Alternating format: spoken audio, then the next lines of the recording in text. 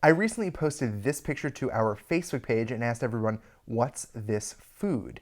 If you're not already a member of our Facebook page, go to danieldelaney.com/Facebook and click like so you can participate in these awesome photo contests.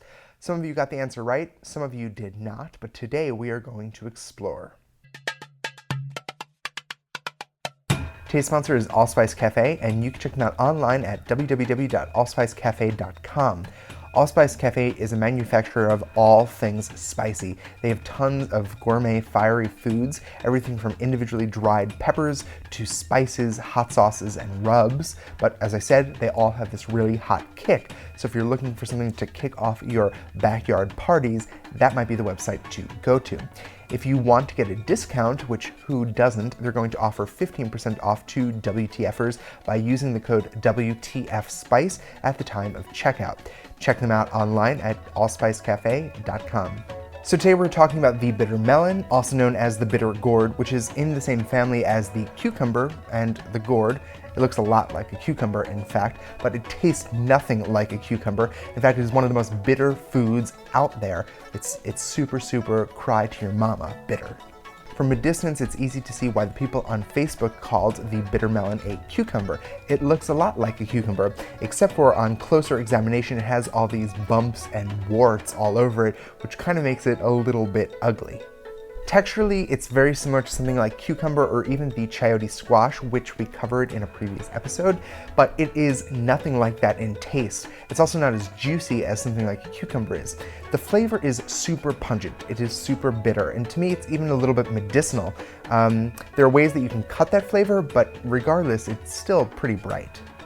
One pointer, the older the bitter melon becomes, the more and more pungent its flavor becomes. So look for a bitter melon that's on the younger side. Generally, when you find those, they'll be bright green. The fruit is native to Asia and Africa, and it's mostly found in those type of grocery stores.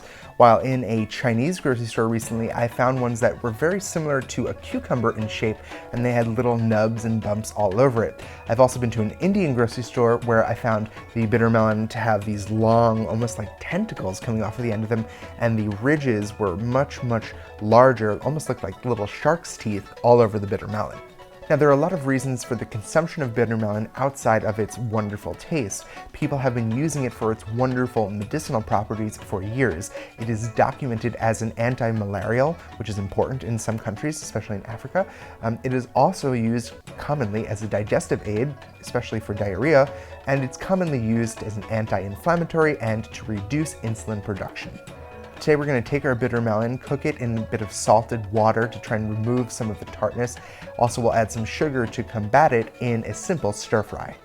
First, cut your bitter melon in half and scoop out all the seeds and pith. Then cut the melon into 1/4 inch thick slices and set aside. Parboil the bitter melon sliced for about 4 minutes in some salted water. In a bowl, add 2 smashed garlic cloves, a chopped up red chili pepper, 2 tablespoons of fish sauce, 1 tablespoon of rice vinegar, 1 tablespoon of mirin, and a half a teaspoon of soy sauce. Whisk this together. Mix 1/4 cup of water and 2 tablespoons of cornstarch and set that aside. Place a wok over high heat and add some oil. Add 1/4 pound of ground pork and brown this up a bit with a pinch of salt, a tablespoon of sugar, and a tablespoon of rice wine.